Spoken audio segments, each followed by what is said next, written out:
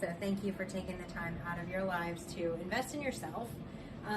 This is something that we all want to feel good whenever we wake up in the morning and roll out of bed and go throughout the day.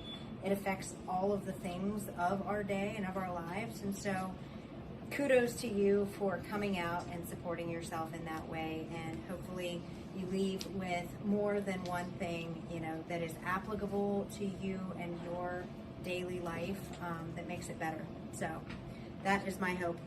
So yes, as she said, I'm Aubrey. I'm the owner of The Well Personal Fitness. We're a private one-on-one personal training studio with 3 locations around the Richmond area.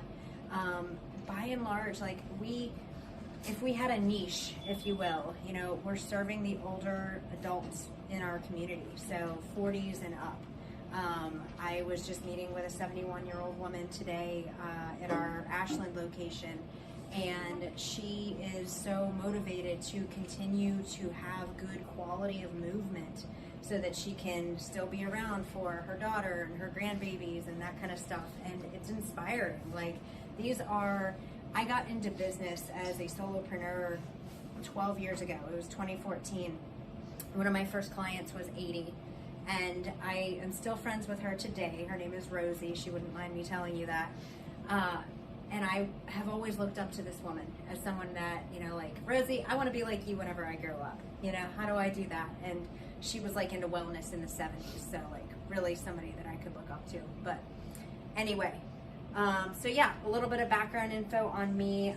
I've been in the Richmond area. I'm originally from Western Pennsylvania, but I've been here since 2002 and then consecutively since 2008. I am dog mom of 3 beautiful Cavalier King Charles Spaniels. I do not have human children. These are my fur children. They are spoiled as such. So, and then as you will see here, I got into running. I love running the marathon distance. Long distance running has been and become a passion of mine throughout the years, and it's just something that I'm very mindful of because I've been doing it for the last, I ran my first one in 2012, so 14 years now, and I'm interested in keeping my longevity of my joints to be able to continue to do that as I age.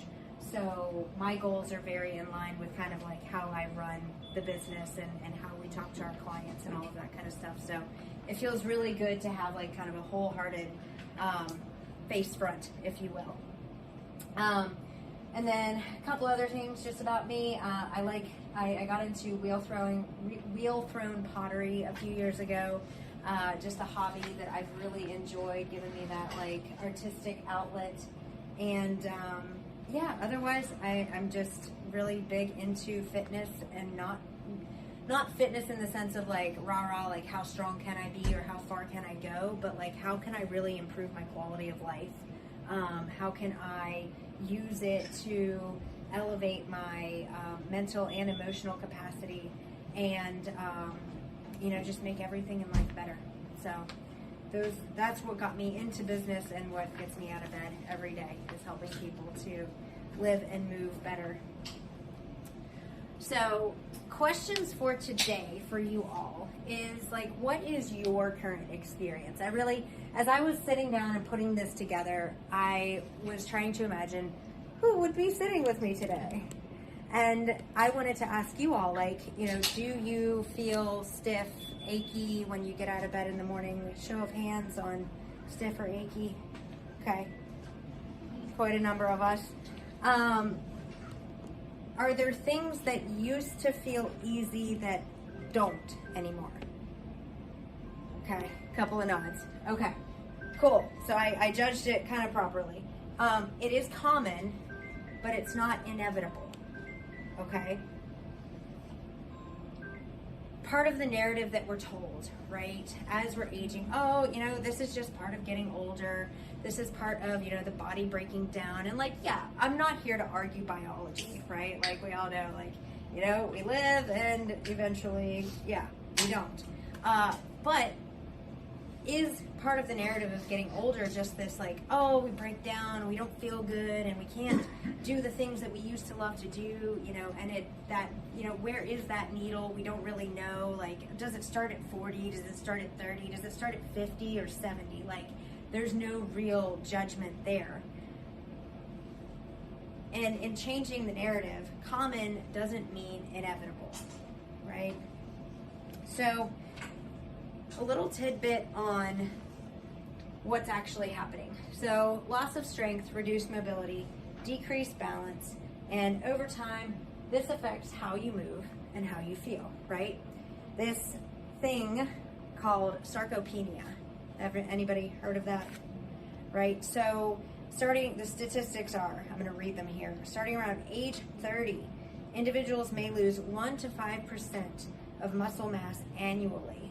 Starting at age 30, accelerating after age 60, resulting in reduced mobility, increased fall risk, and loss of independence. Okay, so that's the research.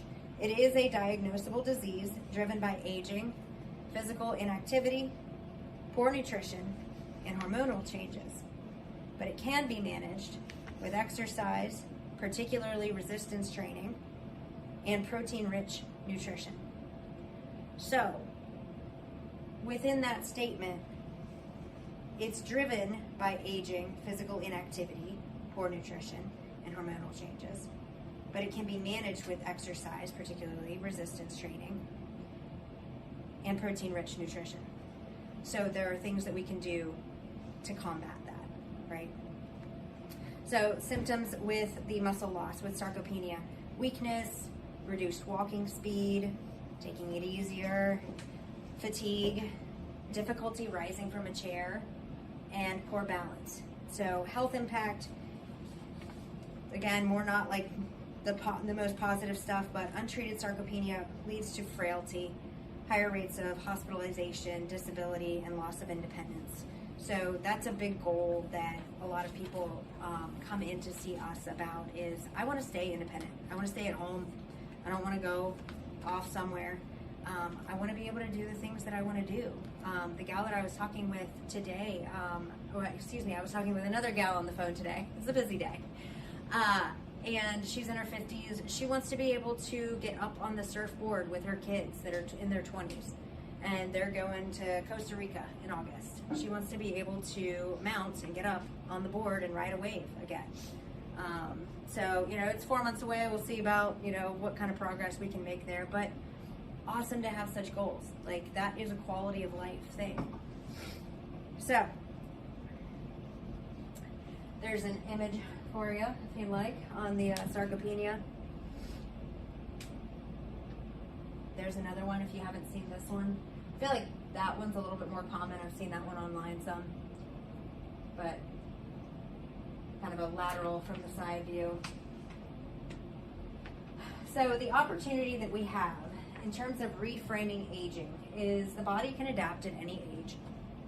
It just depends on, I won't say it depends on, it's important on how we address it, okay? So pain is often a signal, not a sentence. So I liked that in putting it on this slide here. Pain is often a signal, right? We should listen to our bodies. But it doesn't mean that there's a period at the end of that sentence or that it's a jail sentence, like that you're not going to be able to do this thing again because of pain, right? Most people think they need to accept how they feel. In reality, they just haven't been shown a better path yet.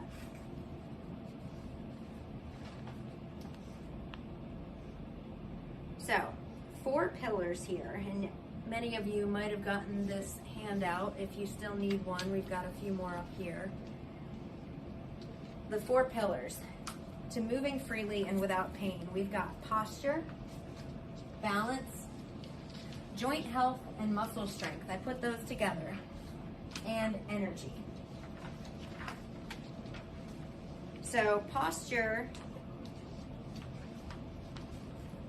is referring to the quality of daily positions.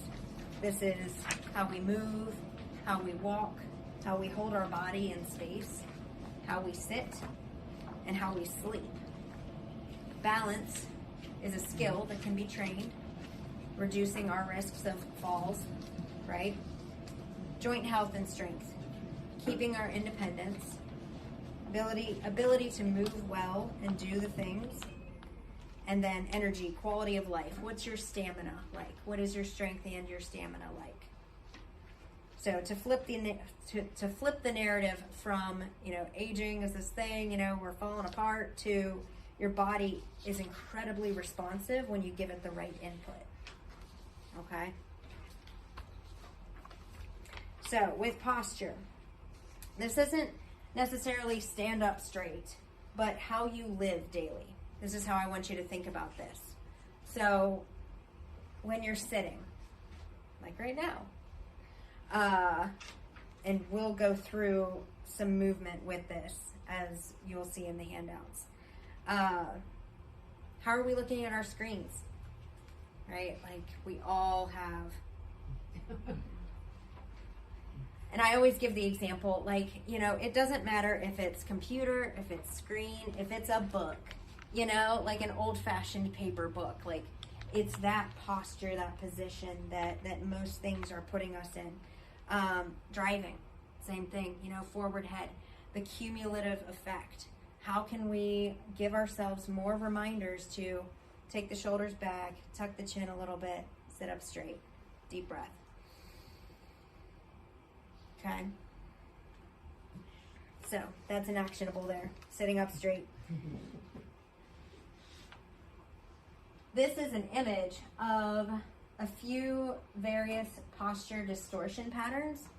So sway back, kind of standing like this. I saw a guy walking across the street in the city like this earlier today. I was like, how are his pants staying on? Lumbar lordosis, so that is that curvature in the lower back here, often attributed with tightness in the lower back. So a lot of these postural things are things like when we first see a new client in our studio, we're looking at how do you hold your body in space, what muscles are tight, what muscles are underactive, and all of that kind of stuff. Thoracic kyphosis is those rounded shoulders, forward head, like we were just talking about, and then good posture, good alignment. So shoulders back and down, the rib cage is over top of the hips, ears are over top of the shoulders, and it should feel weightless, right? The more there are, you can actually find this, you can find a lot of information online, but this information of how heavy your head gets with as far forward as it is, based on how many degrees of angles. I don't know them off the top of my head, but it's a fun rabbit trail if you're interested later. So balance. Balance is a skill, and it can be trained. So most people don't know that it can be trained. So, little things like when you're brushing your teeth at night, you do it on one foot. Switch feet. You might have heard of people saying oh, brush with your opposite hand. I don't know, try brushing with your opposite hand and standing on one foot. Work the other side of the brain and the other side of the body kind of thing. So different things like that. I always like to habit stack, if you will. If you're going to be doing one thing, do another thing. If you're terrible at stretching, do it before you crawl into bed. You will remember that. So with balance is a direct tie to confidence and fall prevention, right? If we know it's going to be icy outside, how about the ice storm that we had for 2 weeks, the snowcrete, was it called? So, it was a bear to navigate that, right? And we had to be more careful with each step outside. We're a lot more confident when it's not slippery, right? We're a lot more confident when we know that we've got the ability to balance. So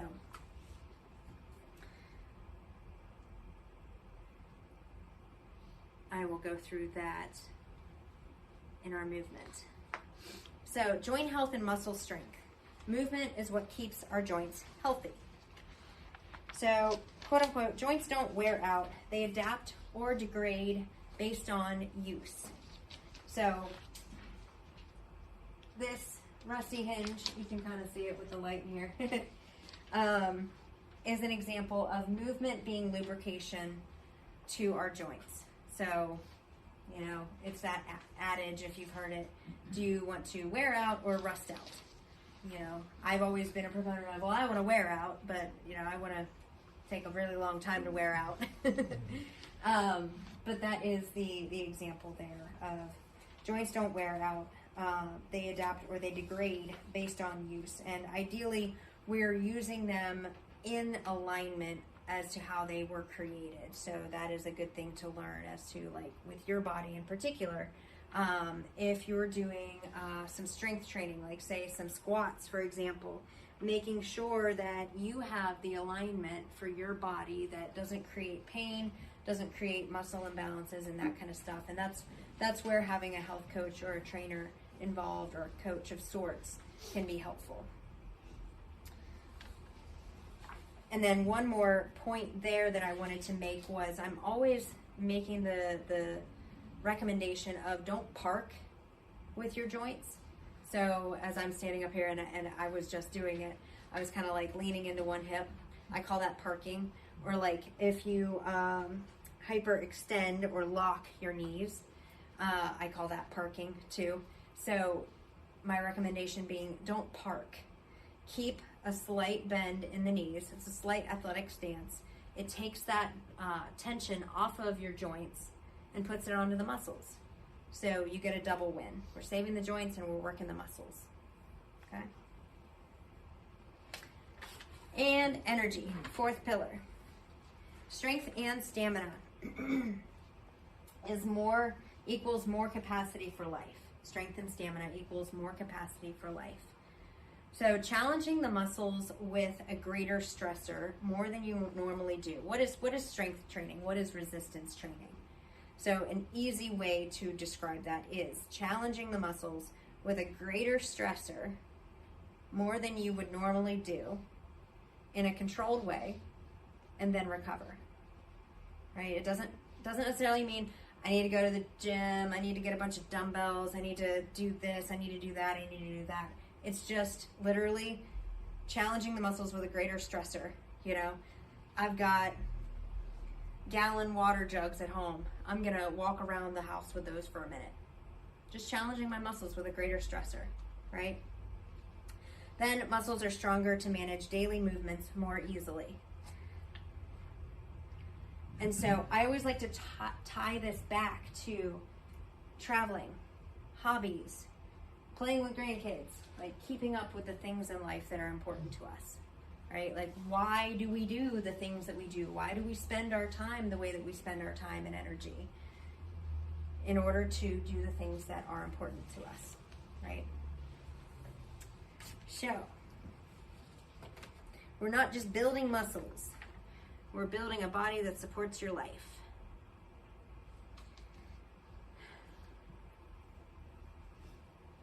So, strength training is having a moment, and it's hot, it's trendy, right?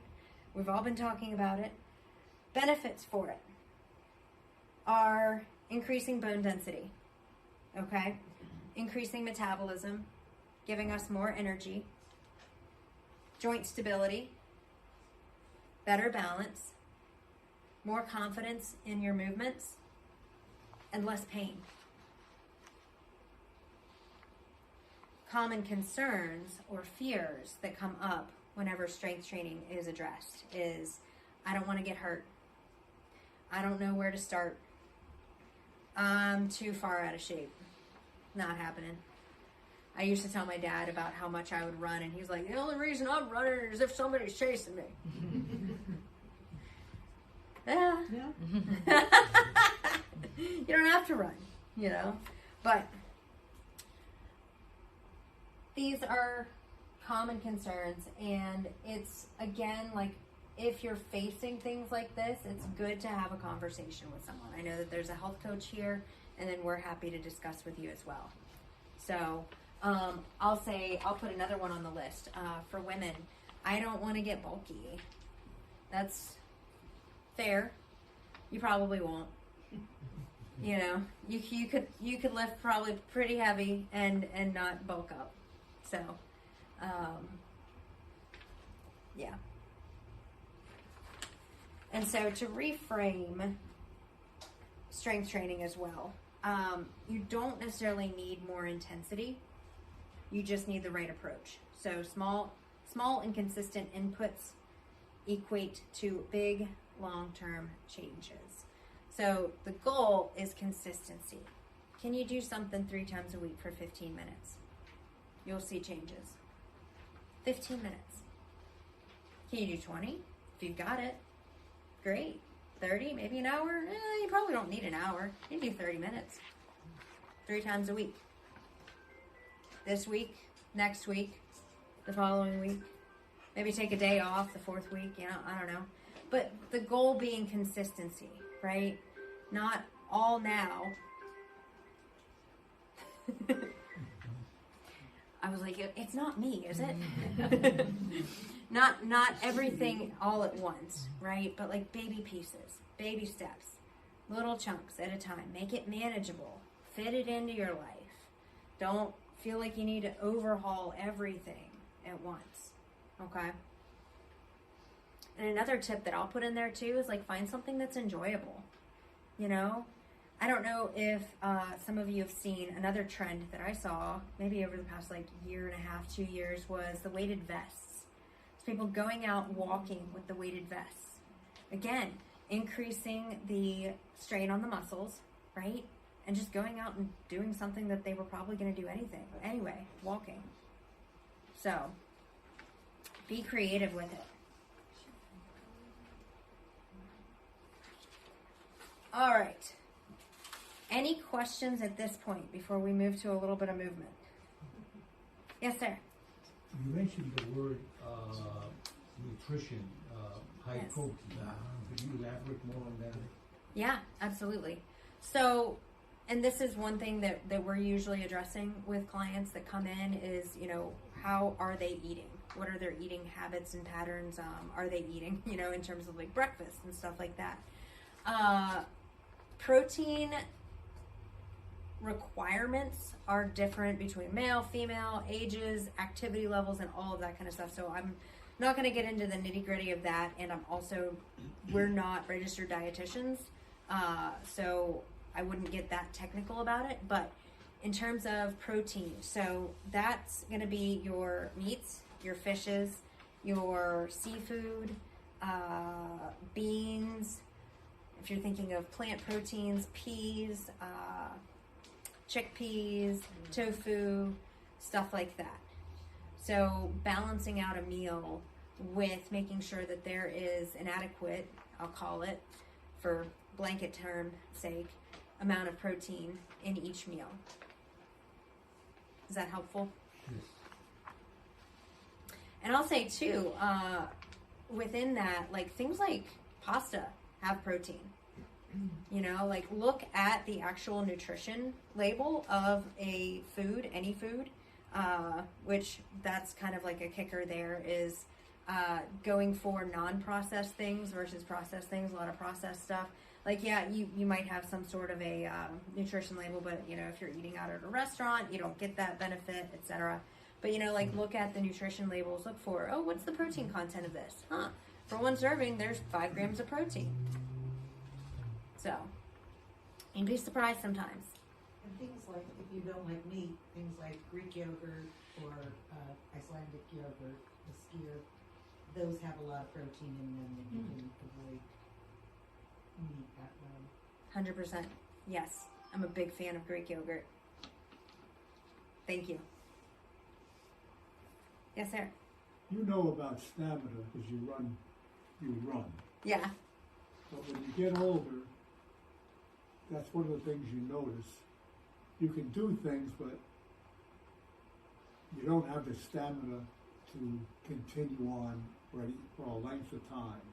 And that's a concern for older people. Yeah. So how do you build stamina other than just pushing yourself? Right. So with that, in a measured way, I would say let's take walking, for example, right? Let's not go for a run. Let's take walking, for example, and test, do you get winded at 5 minutes? Or is it less than that? Or is it more than that? Is it 10 minutes? Right? And so what is the point at which you're getting winded at, and how can we increase that length of time just a little bit and then give us time to recover? Right? A lot of people will choose walking or light hiking as a good like stamina and endurance building activity as they're getting older. And you know, I think that comes from like everybody wants to go to Italy and walk around on all the crazy rocks, the crazy pathways. And so, yeah, it's taking a process oriented approach to, okay, let's sit down and figure this out, and then get up and figure this out, right? As to at what point am I getting winded, and how can I push just a little bit farther next time, and then recover, and then go back at it again, see how that felt. Does that make sense? Oh, that makes sense.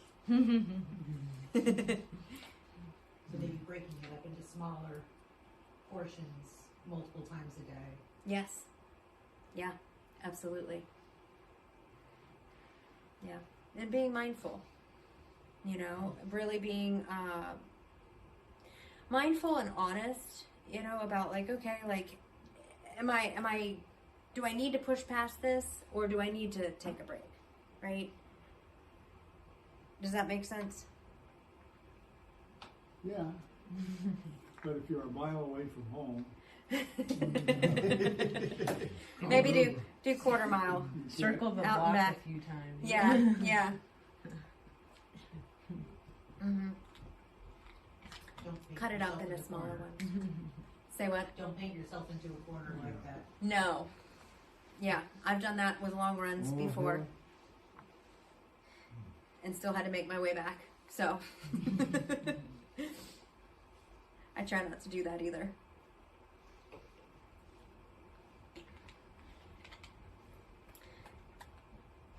Anybody else?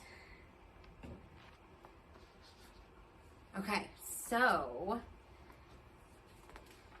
from here, movement is medicine. Let's put this into practice. So, interactive movement. Each of you should have one of these guys. What we're going to start with first is, since we're all seated, Can we have some more handouts?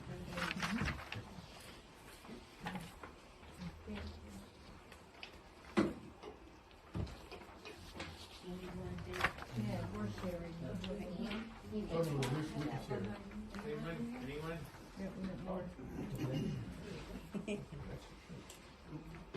Oh, is that yours? Yeah. Very so for the first one, and I'll sit with you guys. So you want to sit tall. Make an adjustment in your seat. I can't quite reach the back without my feet being off the floor. Short people problems. So sit tall. You can also do this standing up against a wall, but since we're already seated, I just wanted to start from here. So do a light tuck of your chin. Just tuck it back a little bit. Think of placing your ears over top of your shoulders. So just a little tuck back. A lot of people don't like to do this because it doesn't necessarily make for like the most attractive photo. But it's posture. So then we've got that. So maybe stick it out for a photo, but then bring it back in for posture. You want your ribs stacked over your hips. So ribs over top of your hips might mean that you come forward in your seat a little bit, not quite so reclined. And then inhale through your nose, nice and big. And exhale slowly. You can either exhale through your nose or through your mouth. So this is where everything starts.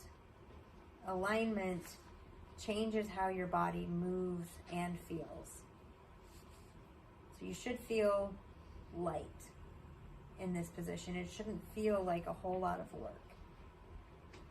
And take another breath in through the nose. Exhale slowly. Should also reduce your tension in your body. It's a nice reset.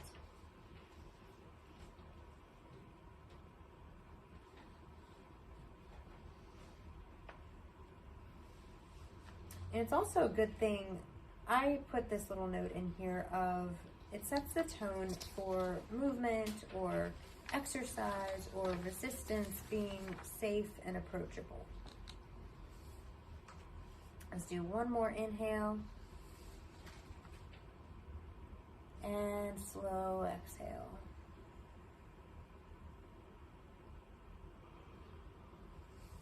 All right, I think we have the room for this. Let's everybody stand up. And it's not going to be a very large movement. But what this is a supported hip hinge. So you want your hands on your thighs, just lightly. And you're going to push your hips back with a slight bend in your knees. And then back up. Back down. Good. And back up. You should feel this in your hips and not in your lower back. And push down. A little bit in your knees. Try and send your hips back a little bit more. Should help. Good. Let's go again. And back forward. These are really good too for, like, you know, if you've been sitting in a chair all day, you just want to get some movement. Just a little bit. One more. And back up. Good. So I put another option in there that you guys can try at home. It's a standing hip circles, and it requires a little bit more space than we have here. So next. Can you just demo it for us? Yeah, absolutely. So standing hip circles controlled. You're holding a chair or the wall, just a slight hold, and you're going to take one leg up and do small circles. So this one in particular, not necessarily meant to be a balance thing, but more of a mobility thing. You can go forward and backward. You can start small, and you can even, if you get a little bit more room, you can work your way bigger. Okay? Think of it as like oiling the joints. Get some WD-40 in there. And then the other side too. You want to be slightly supported. So if you've got a chair that you can just kind of use as a balance point, or maybe a wall if you're close to that if you need it. But so you start from both feet and then you just come up onto one foot, slightly lifted.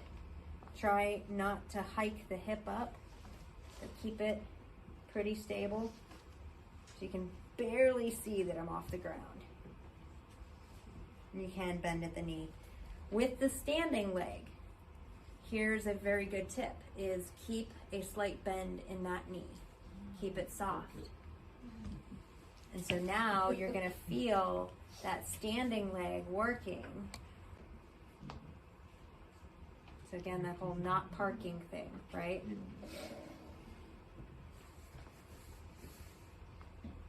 And so you can do 1 foot slightly lifted. You can also, if you have the box, you can bring your leg out or up. Then close by if you need it. Right? So like keep it safe, but also like try to, again, challenge the muscles further than what you normally do.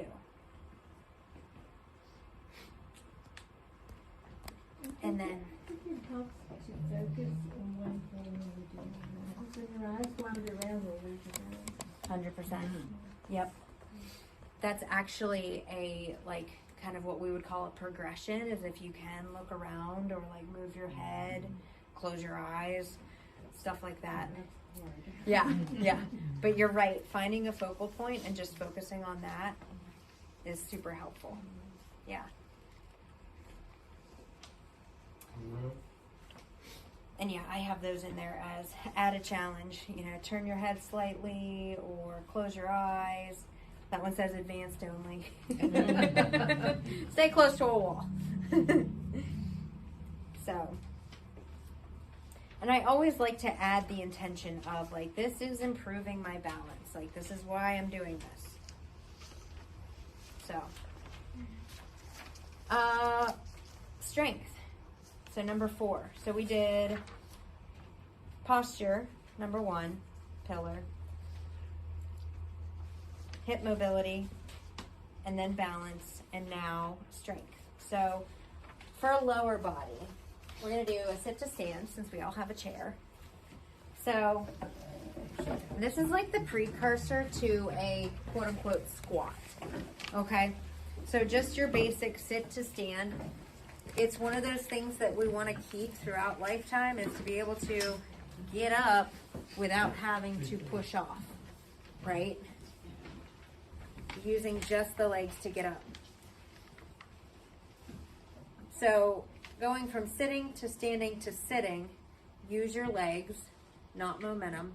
One thing that I'm very well known for is saying, use your muscles, not momentum. Okay? So you'll come up. Good.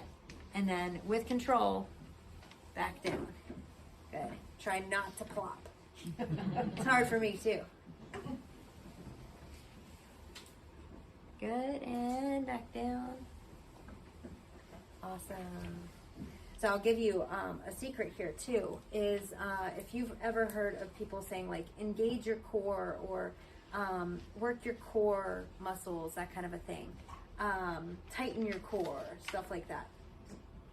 My best example for that is not necessarily if you were sucking in your belly button, but if someone were to punch you in the stomach, you would tighten those muscles, right? It's that same sensation. Tighten those core muscles, and now let's try to do the same movement. So think of that while you're coming up. Good, and back down. Should be a little easier. And back up. And back down. Good. Let's do 2 more.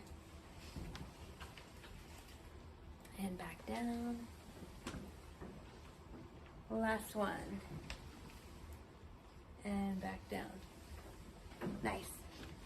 So that's the precursor to a squat, which is, if you're doing squats, you want your feet to be about shoulder width apart, and you'll come down as far as you're comfortable and back up. And you'll see, I'm looking at a couple of things here. My knees align with my second and third toes. Usually it's where the lip of the shoe is. My weight is in my heels. I can squiggle my toe. I can use that for balance, right? But I'm keeping my knees back, hips back, chest high, and then back up. I can do whatever with my arms and do the Macarena, but for balance, right? Okay. When's the last time y'all did the Macarena?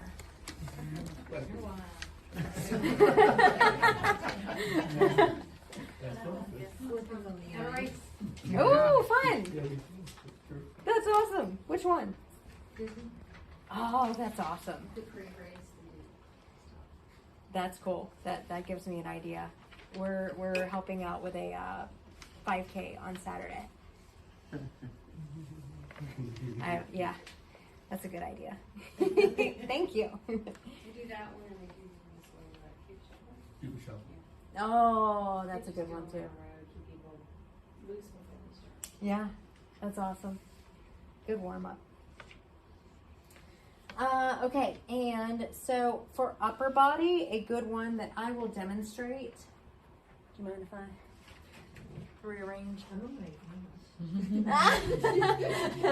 You just pick that up and do it for nothing. Resistance training. So for upper body, wall push-ups. So instead of like, getting on the floor and doing a full push-up, wall push-ups. And you can do these on like your counter, right? This is a little bit higher than like your typical counter, but you can do these on your counter in your kitchen at home. I'll demonstrate it from the wall. So let's say we're arm's length from the wall, just a little bit more. And from here, again, practicing that, not parking, so I'm keeping that slight bend in my knees. Hands are gonna go a little bit wider so that when I come down, I can push back up like so. Now, I'm gonna adjust because I wasn't quite so comfortable having my arms up here. I'm gonna bring them down to about chest level.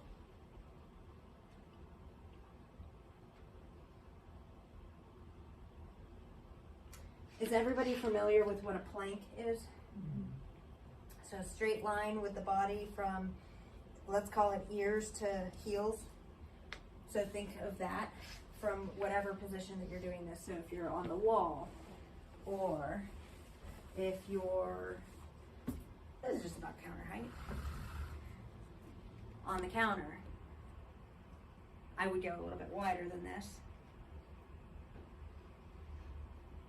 But again, like awareness of the core, right? Keeping the core tight.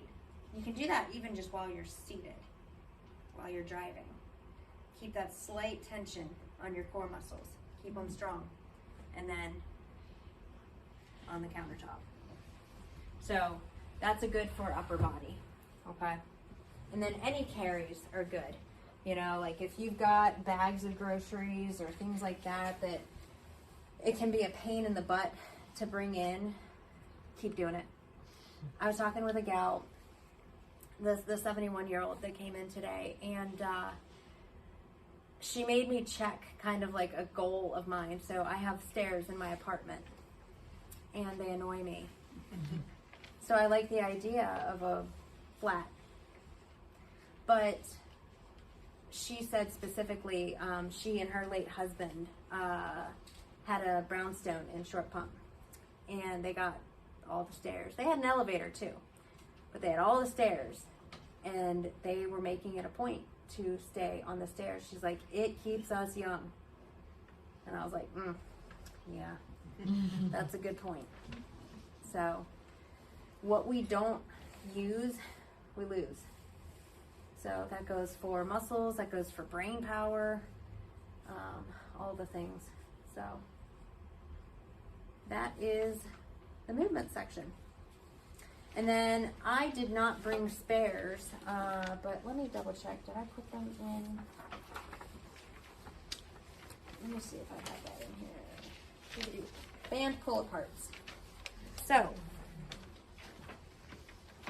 I didn't bring spares, but I keep one on hand. So this is a TheraBand. Anybody familiar with them? Oh, yes. Our friends. So, Every color. band pull aparts, awesome. Getting tension on it just from here, and I am gonna make it easier than that. So from here, and then just taking them apart. Engaging the back muscles. I'm working through here. Right. And again, like if you've worked with the bands before, the closer in that you put your hands on that, the more resistance that you're applying. This is a good postural one. Okay. Yeah, the band is your best friend. So.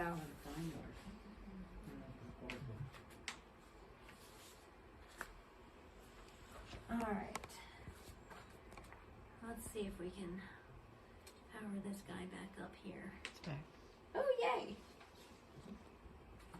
All right. So returning to the greater goals, life outcomes, why do we do the things that we do? It is to be able to do the things that we can do or that we want to do.